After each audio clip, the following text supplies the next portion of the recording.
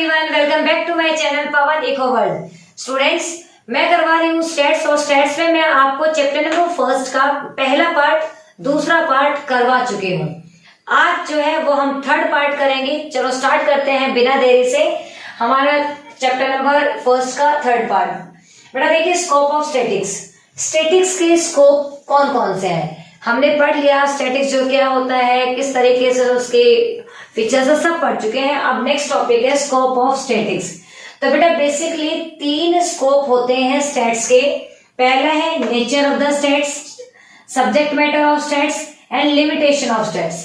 मतलब जो स्टैटिक्स है वो बेसिकली तीन स्कोप लेकर चलता है। पहला बोला गया है कि नेचर। अब देखो बेटा, कहते हैं जो स्टैट्स है ना उसका नेचर आर्ट भी है और साइंस भी है। तो सबसे पहले हम बात कर लेते हैं आर्ट और साइंस क्या है, फिर हम बात करते हैं कि आर्ट और साइंस किस तरीके से स्टैट्स है। ठीक है, तो देखिए बेटा, साइंस जो होता है वो प्रैक्टिकल बेस्ड होता है, एक्सपेरिमेंटल बेस्ड होता है, रूल्स रेगुलेशन मेथड्स, ये सारी चीजें साइंस में मतलब एक तरीके से लगती हैं।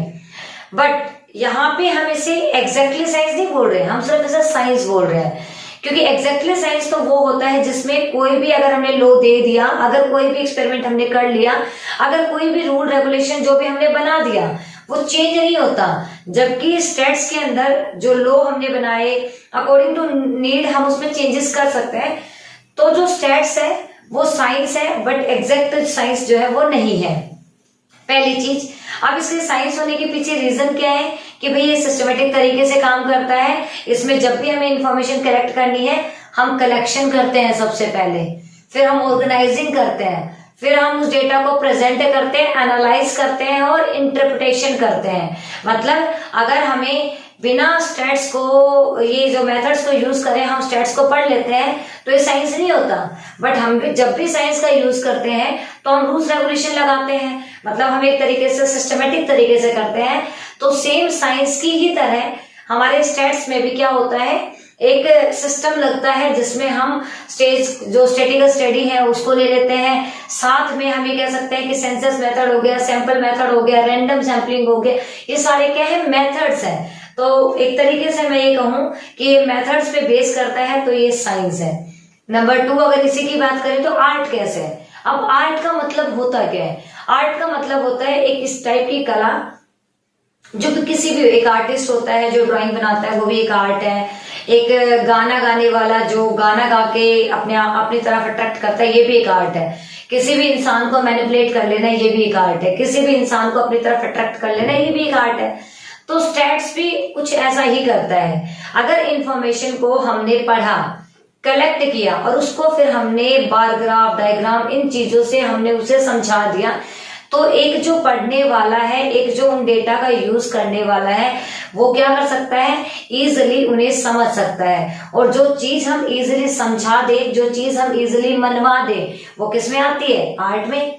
तो हम पूरे कॉन्फिडेंस के साथ कह सकते हैं हमारा स्टैट्स भी क्या है, एक तरीके से साइंस भी है क्योंकि मेथड्स पे डिपेंड करता है, और आर्ट भी है क्योंकि इंसानों को इजिली लॉन्ग लास्टिंग इफेक्ट डाल के जो ग्राफ है, टेबल है, वो समझा देता है। चलते हैं हमारे नेक्स्ट कंसेप्ट की तरफ जो कि है limit subject matter of stats.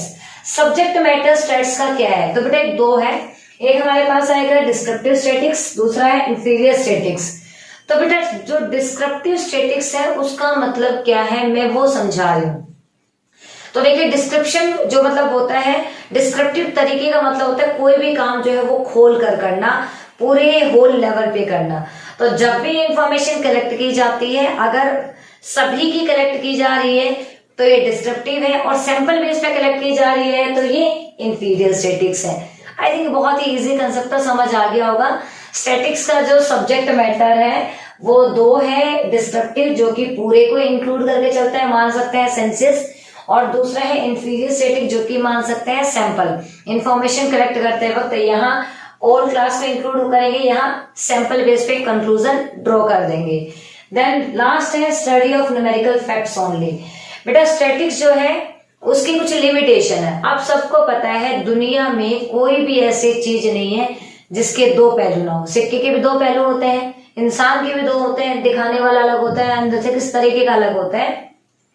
तो जिस तरीके से हमने इसकी विशेषताएं पढ़ी थी, इसके फीचर्स पढ़े थे, तो उसी तरीके से एक उसका पहलू था जिसमें उसमें कुछ मतलब खूबियां हैं, दूसरा उसका पहलू जिसमें कुछ लिमिटेशन है, मतलब उसके कुछ ड्रॉबैक्स है, कुछ डिसएडवांटेजेस है। तो वो कौन कौन सी होती है? तो सबसे पहला है study of numerical facts only.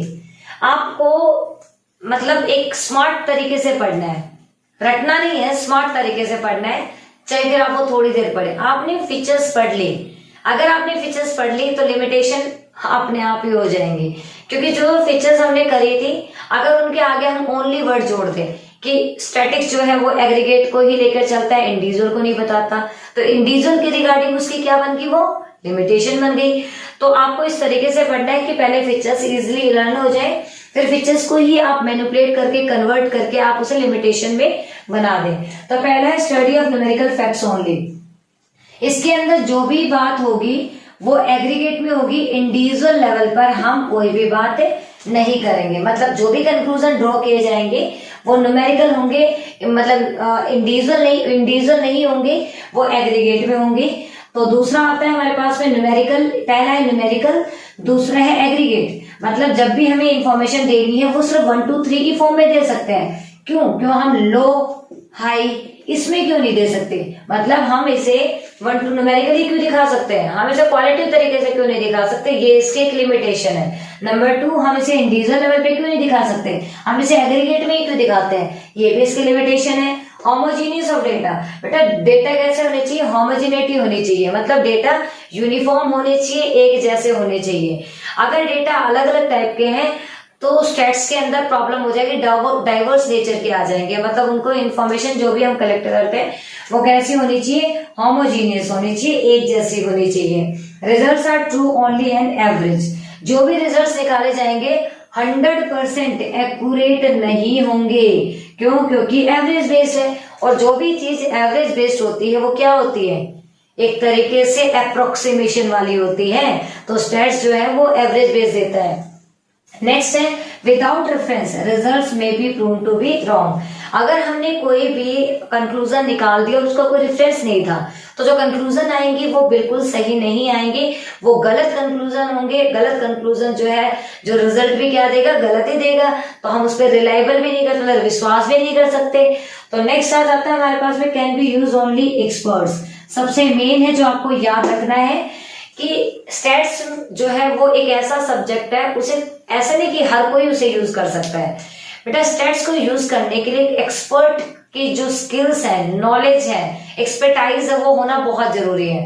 Otherwise अगर किसी ऐरे गहरे नत्थु खैरे ने इसका यूज कर लिया तो इसका क्या हो सकता है, इसके रिजल्ट जो है वो बिल्कुल गलत आ सकते हैं। एक चीज से हम भगवान भी बना सकते हैं, उसी चीज से हम रावण जो या कह सकते हैं दुश्मन कुछ भी बना सकते हैं, डेविल भी बना सकते हैं। तो सेम एक्सपर्ट ने यूज किया तो कंक्लूजन बहुत ही अच्छे आएंगे। देश की जीडीपी कैसे जा रही है, क्या हो रहा है, सब अच्छा पता चलेगा।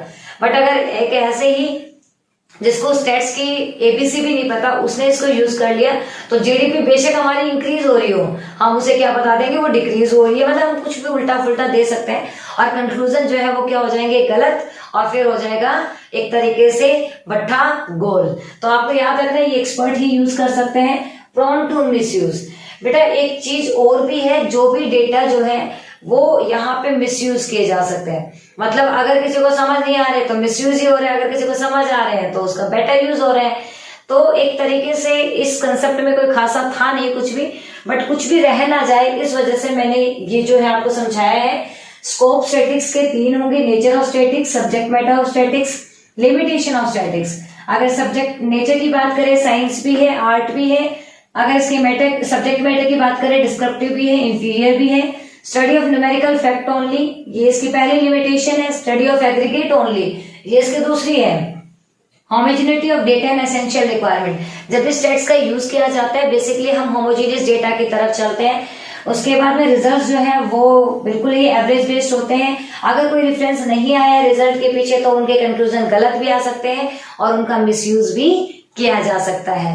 तो देखिए बेटा मैंने आपको चैप्टर नंबर 1 का जो 3rd पार्ट था वो भी करवा दिया है और कल मैं इसका जो 4th पार्ट जो कि लास्ट है, मतलब एक तरीके से हम कह सकते हैं कि इम्पोर्टेंस जो हमारा बचता है वो हम कर लेंगे, और साथ में इसके रिगार्डिंग, इस चैप्टर से रिगार्डिंग जितने भी इंपॉर्टेंट क्वेश्चंस है वो भी हम कवर करेंगे।